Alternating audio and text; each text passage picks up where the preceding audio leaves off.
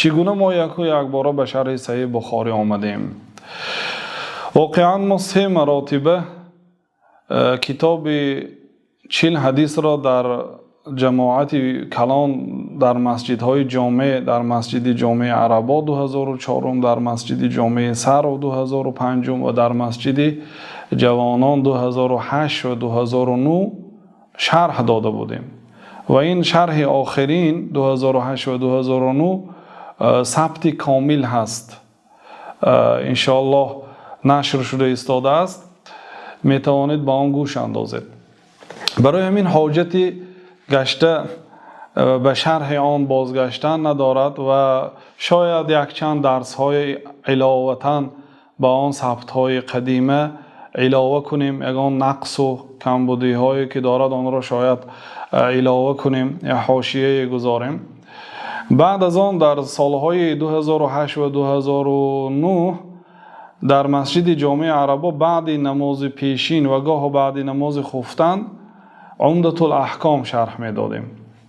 وقتی که عمدة الاحکام به پایان رسید، بعد نماز بامداد به کتاب بلوغ المرام شروع کردیم. بلوغ المرام را هر نماز بامداد تقریبا 1 حدیث 2 حدیث گاه 3 و زیاده از این شرح و معنی می گفتیم.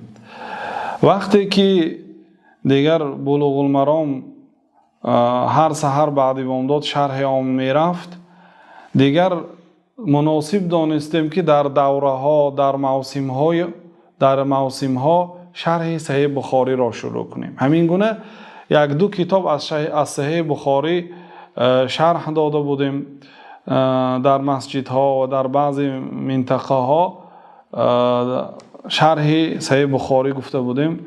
بنابراین امروز که اکنون شرح ناتمام ماند، خواستیم شرح را مکمل کنیم. واقعا چند روز پیش حساب کردم، اگر هر روز 1 حدیث شرح دهیم برای تمام کردن صحیح بخاری 20 سال لازم بوده. سبحان الله، یا عمر ما برای تمام کردن صحیح بخاری میرسد یا نمیرسد؟ الله سبحانه و تعالی را پرسان هستیم که اولا نیت خالص برای ما نصیب روزی گرداند، ثانیا علم ربانی دهد که از این منبر فقط سخن حق گوییم و شرح درست گوییم، ثالثا الله سبحانه و تعالی به تمام کردن شرح صحیح بخاری و دیگر کتاب ها برای ما فرصت دهد تا اینکه در این دنیای فانی یک خدمت برای مردم کرده باشیم.